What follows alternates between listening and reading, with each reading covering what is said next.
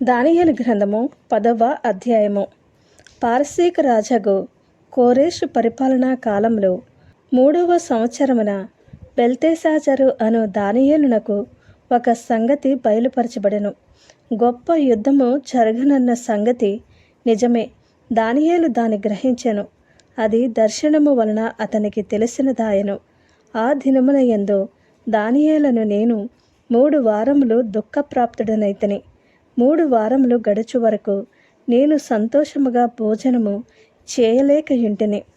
మాంసము గాని ద్రాక్షారసము గాని నా నోటిలోనికి రాలేదు. స్నానాభిషేకములను చేసుకొనలేదు.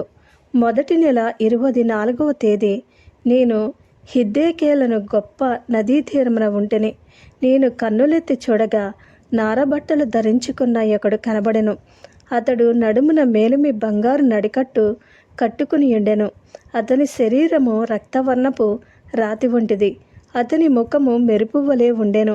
అతని కన్నులు జ్వాలామయమైన దీపములను, అతని భుజములను పాదములను తలతలలాడు ఇత్తడిని పోలియుండెను. అతని మాటల ధ్వని నర సమూహపు కంఠధ్వని వలె ఉండెను. దానియేలను నాకు ఈ దర్శనము కలగగా నాతో కూడానున్న మనుష్యులు దాన్ని చూడలేదు, కానీ మిగులు భయక్రాంతులైన దాగుకుని వలనని పారిపోయిరి.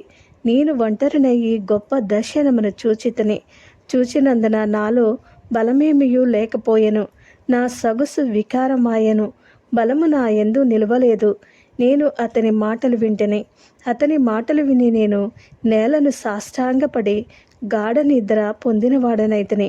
అప్పుడొకడు చేతితో నన్ను ముట్టి నా మోకాళ్లను అరచేతులను నేల మోపి నన్ను నిలువబెట్టి, దానియేలు, నీవు బహు ప్రియుడవు గనక నేను నీ యొద్దకు పంపబడితిని. నీవు లేచి నిలువబడి నేను నీతో చెప్పు మాటలు తెలుసుకొనుమనెను. అతడి మాటలు నాతో చెప్పగా నేను వణకుచు నిలువబడితిని. అప్పుడతడు, దానియేలు, భయపడకము. నీవు తెలుసుకొనవలనని నీ మనస్సును అప్పగించి దేవుని ఎదుట నిన్ను తగ్గించుకొనిన ఆ మొదటి దినము మొదలుకొని నీవు చెప్పిన మాటలు వినబడినవి గనుక నీ మాటలను బట్టి నేను వచ్చితిని. పారసీకుల రాజ్యాధిపతి 21 దినములు నన్ను ఎదిరించెను. ఇంకా పారసీకుల రాజుల సముఖమున నేను నిలుచుచుండగా ప్రధానాధిపతులలో మికాయేలను ఒకడు నాకు సహాయము చేయవచ్చెను. ఈ దర్శనపు సంగతి ఇంకా అనేక దినముల వరకు జరగదు. అయితే దినములు అంతమందు నీ జనమునకు సంభవింపబోవు ఈ సంగతిని నీకు తెలియజేయవచ్చితనని అతడు నాతో చెప్పెను. అతడి మాటలు నాతో చెప్పగా నేను నా ముఖము నేలకు వంచుకుని మౌనినైతిని. అప్పుడు నరస్వరూపియగు ఒకడు నా పెదవులను ముట్టగా నేను నోరు తెరచి నా ఎదుట నిలిచియున్న వానితో ఇట్లండిని, నా ఏలినవాడా, ఈ దర్శనము వలన నాకు వేదన కలిగినందున నా బలము తొలగిపోయెను.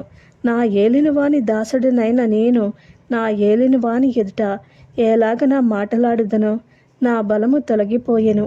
ఊపిరి విడవలేకయున్నానని చెప్పగా అతడు మరలా నన్ను ముట్టి నన్ను బలపరిచి, నీవు బహు ప్రియుడవు, భయపడకము, నీకు శుభమవును గాక, ధైర్యము తెచ్చుకుమ్మని నాతో చెప్పెను.